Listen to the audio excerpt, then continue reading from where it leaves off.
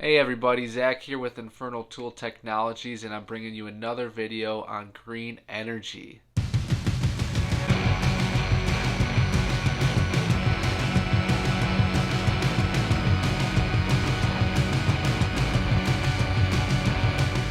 So, today what we're going to be talking about is green energy in the construction industry.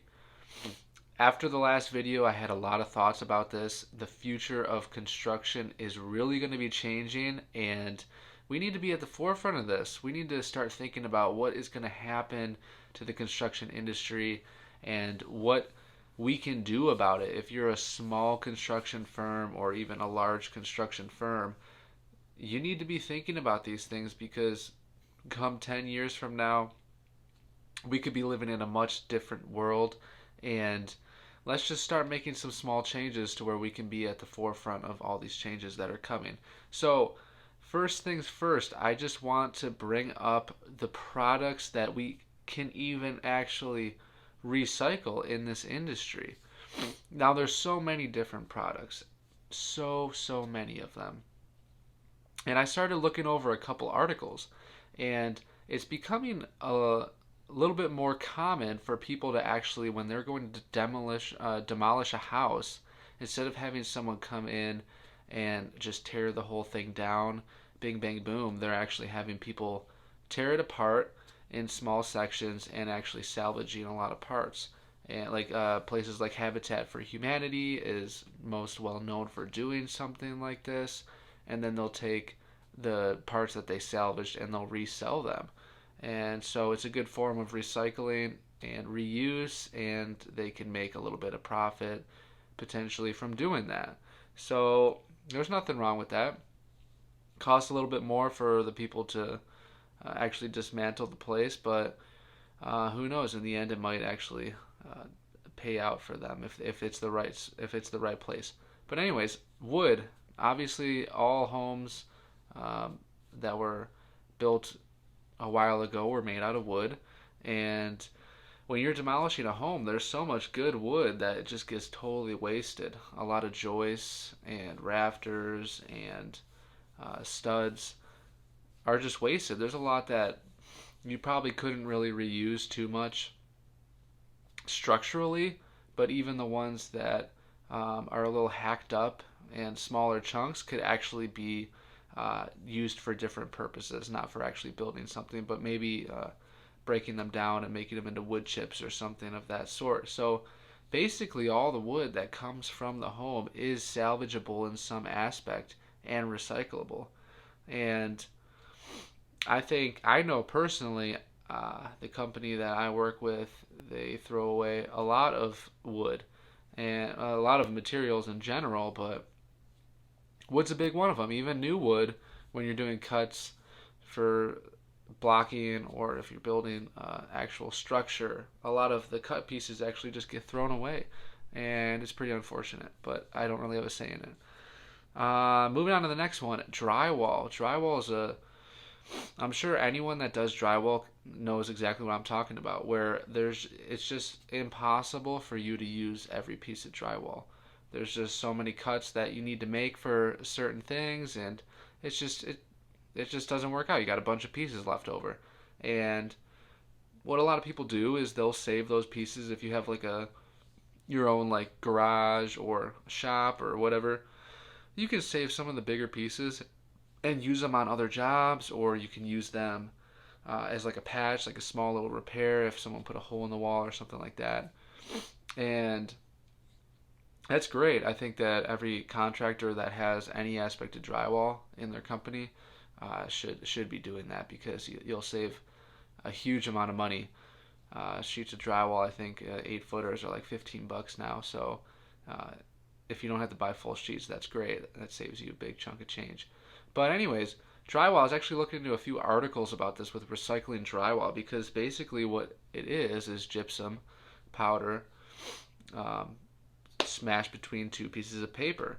And if you're using just plain drywall that isn't treated with like a mold resistance or a mildew resistant um, paper face to it, then these pieces of drywall are actually organic materials that you can put into your gardens that will feed your vegetables.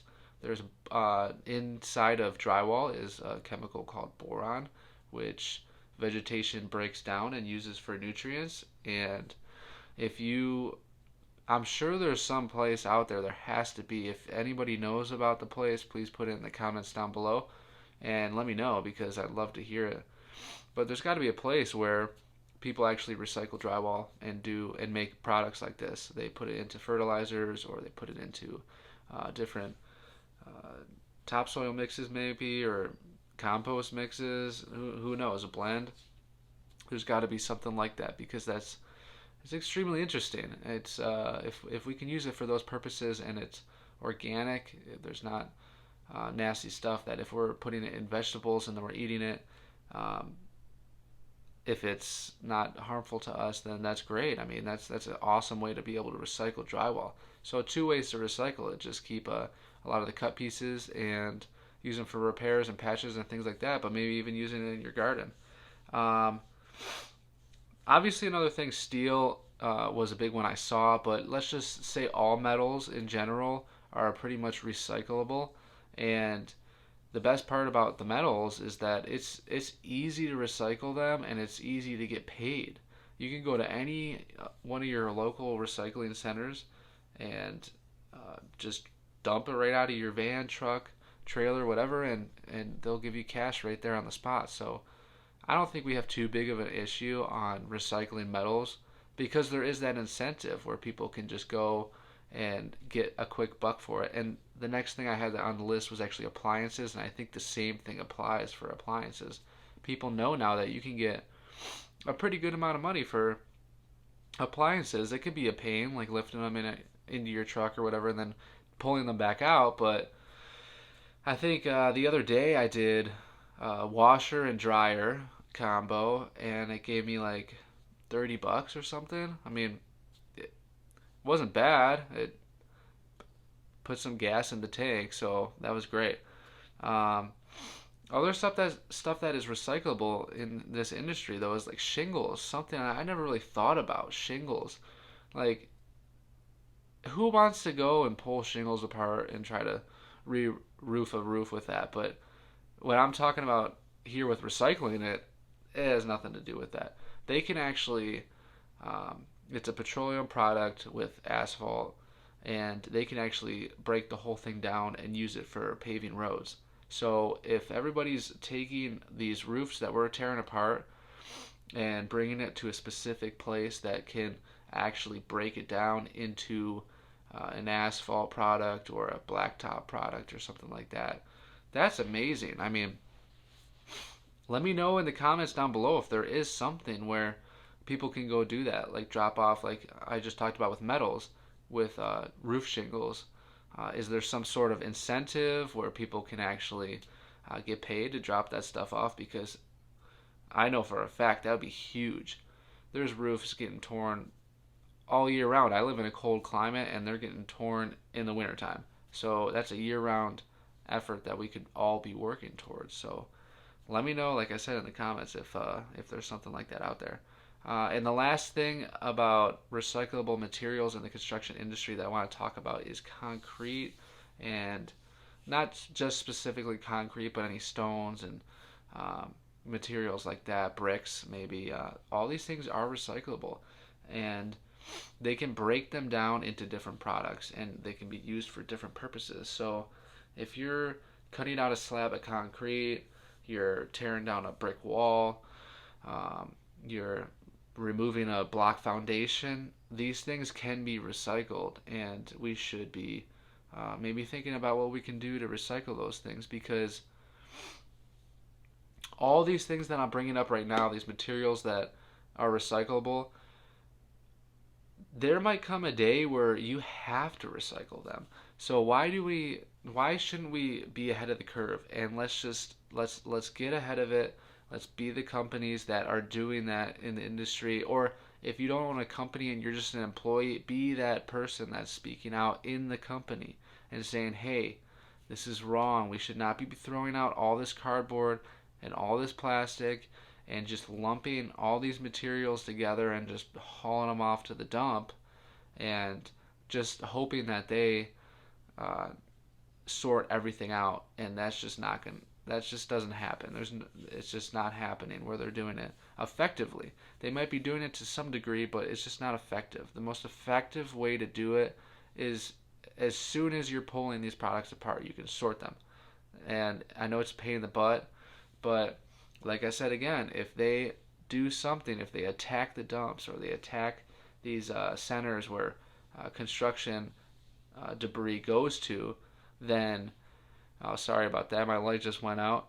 Hopefully that doesn't ruin the video. But anyways, the construction debris centers as well. They might start tacking some law and regulations on these places where we have to be better businesses before we actually bring the debris to those centers. So that's something that we definitely need to think about, and we need to just maybe make small adjustments every day to get to the point where we are making these changes. And when they do make these laws and regulations, it's not going to phase us too much. But anyway, so I started looking into some of the laws and regulations that we currently have. And one that came up to me was in New York State in 1988. They enacted act on disposals for dump sites, and particularly pertaining to construction debris. And they laid out in that law exactly what is classified as construction debris. And there's a few things that are not classified, like medical waste and industrial waste and asbestos, chemicals like that that are harmful to the environment should not be anywhere in these dump sites. And I know for a fact that asbestos, for one, is definitely going to these dump sites.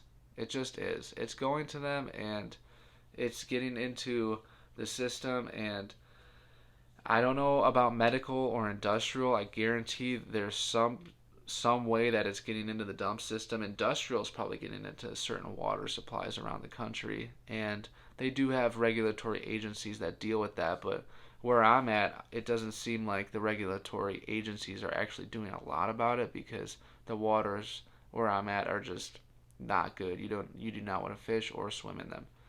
And my concern is this act was enacted in 1988, so that was a pretty long time ago, almost 40 years ago. And it's it's going to be an issue if they start really cracking down and realizing that the asbestos waste is going into these dumps. The industrial industry is dumping their waste in certain ways to try to get around this regulation. And when they really start to crack down on it, it's going to hurt everybody. Because if they enact another law that starts breaking it down even worse, or start giving people different sorts of fines or even closures over it, that's when we're going to see some real issues. We're going to see people, dumps closing down, especially certain ones that are in residential areas. And I know, for example, the company that I work for, that's the dumps that we go to. There's homes around these dumps. It's not far out of the city where these dumps are. And if they make it move way out of the city because of what keeps happening over and over again at these dump sites, that's going to change a lot of people's way of life with construction. I mean, you're going to have to drive an hour away just to go dump all your debris, especially if you're just doing small projects. That's just going to be, you're not going to be able to do that. It's going to be way too much work. It's going to put people out of business. And that mainly the whole point of this video is for me to tell you that you should definitely be thinking about recycling in your business, because not only is it good for the environment, but they're going to come at you. They are. If it's not tomorrow, it's going to be 5 years from now. It's going to be 10 years from now, maybe. Somebody's going to come at you, and you're going to say, wow, I really wish that I would have just started making some of these small changes that could have saved my business, because now they're coming at me and nobody in my business wants to do these things. So do those small nudges in your business, like I talked about in the last video. Nudge your employees, nudge the whole industry as a whole to make these changes because they're coming down the pipeline. And I really don't want to see any of you guys close down over something so stupid as this. Um, but also, it's something that has been a concern for a very long time, of mine at least. I've realized I've not felt good about throwing away a lot of things that I've thrown away, but it's just get the job done, get it done as fast as you can, and don't worry about anything else. And these costs are probably going to go back down to the customer. So if there's any homeowners out there listening to this, your costs are going to probably go up in the future if they have not already gone up because materials have gone up and there's such a shortage of labor. So I'm sure the costs have already gone up for you as homeowners. But I guarantee you can look forward to some more uh, raising of costs and pricing from contractors in the future. Unfortunately, but that's just what happens when government is involved and when we're moving in this direction in the future with so many people and so many problems constantly day to day. We're just going to have to all try to come together and figure out how to get through this because we have some shaky times ahead of us and we all just want to be in business. We want to make a little bit of money and we want to have a good life and we don't want stresses. And the way to eliminate stresses is to have a little bit of forethought about things in life. And what I'm trying to bring in this video is just a sprinkle of forethought on what's going to happen with all this green energy and green infrastructure. It's going to affect us all. And I hope that people hear this and if you're watching this and you are resonating with what I'm saying, then please share it with somebody, put it out there in the world because I think we all need to hear this, especially in the construction industry. There's a lot of dinosaurs in this industry and a lot of change is going to be coming, and if we can just start shining a light on the changes that are coming, then maybe we can all stick around and keep doing what we do best and putting good work out there. And like I said, yeah, just share it with somebody. If this brought you any value, like I always say, please like the video. Leave a comment down below. I'd love to hear from you guys and see what you think about this. Is this what the future holds? Am I just worrying about nothing, or is this actually going to be a problem? Let me know. But I'll catch you guys on the next one. Thanks.